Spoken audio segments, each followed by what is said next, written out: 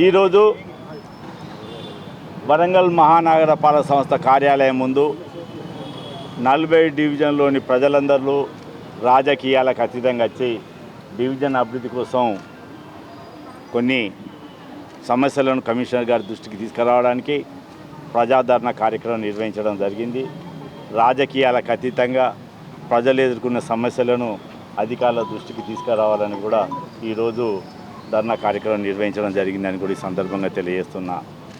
ఎన్నో మార్లు అనేక సమస్యలను కౌన్సిల్లో ప్రస్తావించినప్పటికీ, అధికారుల దృష్టికి తీసుకొచ్చినప్పటికీ, కమిషనర్ గారులకు ఎన్నోసార్లు వినతిపత్రం ఇచ్చినప్పటికీ వరంగల్ మహానగర పాలక సంస్థ మేయర్ గుండు సుధారాణి గారిల దృష్టికి ఎన్నో మార్లు తీసుకొచ్చినా స్పందన కరువైనందుకే నిరసనగా ఈ ప్రజాదరణ కార్యక్రమం చేపట్టడం జరిగిందని ఈ సందర్భంగా తెలియజేస్తున్నా.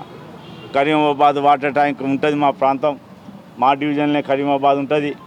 ఆ ప్రాంతంలోనే 3 రిజర్వాయర్లు ట్యాంకులు ఉంటాయి. అన్ని ప్రాంతాలకు సప్లై చేసేది అక్కడనే, కానీ ట్యాంకు చుట్టూ ఉన్న ప్రజలకు నీళ్లు రావు. వారానికి 2 రోజులు 3 రోజులు నీళ్ళు వస్తాయి. ఆ నీళ్ళు ఎప్పుడు వస్తాయో సమస్య కూడా సకాలానికి రావు. ఎప్పుడు వస్తాయో ఆ దేవునికి ఎరుక. లైన్ మ్యాన్ ఎప్పుడు ఇస్తే అప్పుడే నీళ్లు పట్టుకోవాల్సిన పరిస్థితి, చాలా ఇబ్బంది పరిస్థితి ఉన్నది. గత సంవత్సరం కన్నా ముందు నీటి సమస్య ఏనాడు లేదు, మంచిగా సజావుగా జరిగింది. గత 8 నెలలు 10 నెలల కాంచి నీటి సమస్య తీవ్రంగా ఉన్నది. ఇలా శ్మశాన వాటిక ఉన్నాయి. ఉర్సు మన కుమ్మర్ వాడుకున్న ఉర్సు హిందూ శ్మశాన వాటిక ఒకటి ఉన్నది. డీకే నగర్ వద్ద ఉన్న కుర్మా హిందూ శ్మశాన వాటిక ఉన్నది. ఉర్సుగుట్ట వద్ద ఉన్న హిందూ శ్మశాన వాటిక ఉన్నాయి.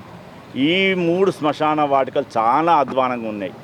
ఎన్నో మార్లు చెప్పిన గత కార్పొరేషన్ 22వ డివిజన్ ఉన్నప్పుడు, మా మిసెస్ కార్పొరేటర్ ఉన్నప్పుడు కూడా ప్రస్తావన చేయడం జరిగింది. అయినప్పటికీ కూడా అభివృద్ధికి నోచుకోవడం లేదు. ఇవాళ దాని పక్కంబడే ఉరుసు ఉప్పరనుకుంట పక్కగా 10 ఫీట్ల బ్యాక్ డ్రైన్ కడతాను సగంలోనే వదిలేసి వెళ్ళడం జరిగింది. టౌన్ ప్లానింగ్ అధికారులకు మార్కింగ్ ఇవ్వని చెప్పి కనీసం 100-150 సార్లు కూడా వినియోగించడం జరిగింది. గ్రీవెన్స్ సెల్లో కూడా చెప్పినాం కూడా. అయినా ఆ టౌన్ ప్లానింగ్ అధికారుల నిర్లక్ష్యం మూలంగా ఆ వదిలివేయడం వల్ల ఆ నీళ్ళన్నీ కూడా మొత్తం శ్మశాన వాటికలకే చేరడం జరుగుతుంది. దానివల్ల దహన సంస్కారం చేయడానికి వచ్చే ప్రజలు చాలా ఇబ్బంది పడుతున్నారు. అనేక మార్లు చెప్పినా కూడా స్పందన కరువైంది. ఇవాళ బైపాస్ రోడ్లో ఉన్నది కుర్మ శ్మశాన వాటిక. ఎప్పుడు యాక్సిడెంట్ అయ్యేది తెలియదు.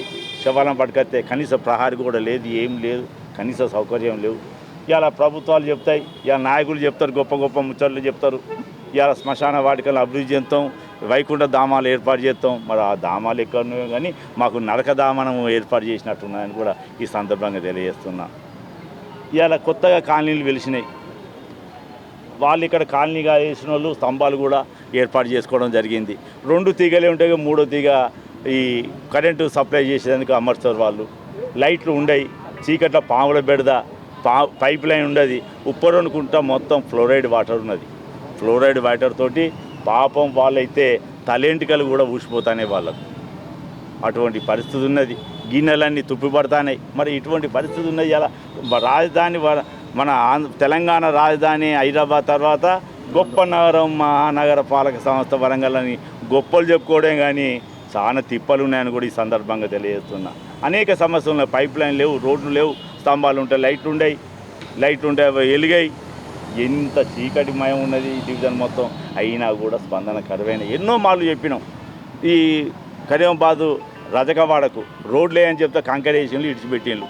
సీసీ రోడ్డు నిర్మాణం లేక వాళ్ళు చాలా ఇబ్బంది ఎదుర్కొంటున్నారు. కమ్యూనిటాలు లేవు. మరే రంగలీల మైదానం ఉన్నది. 14 కోట్లతోటి అమృత పథకం కింద నిధులు మంజూరైనాయి. ఉర్సు బండ్ కార్యక్రమం ఏర్పాటు చేస్తామని చెప్పిండ్రు. ఆ బండి ఏమో కానీ ఆ గ్రౌండ్ వాకర్స్కి అయితే చాలా ఇబ్బంది ఉన్నది. ఓపెన్ జిమ్ ఉన్నది. ఓపెన్ జిమ్ ఏర్పాటు చేయమని వాకర్స్ అడిగినా కూడా వాళ్ళు ఇంతవరకు కూడా ఏర్పాటు చేయలేదంటే ఎంత చిత్తశుద్ధి ఉందో ఒకసారి అర్థం చేసుకోవాల్సిన అవసరం ఉన్నది.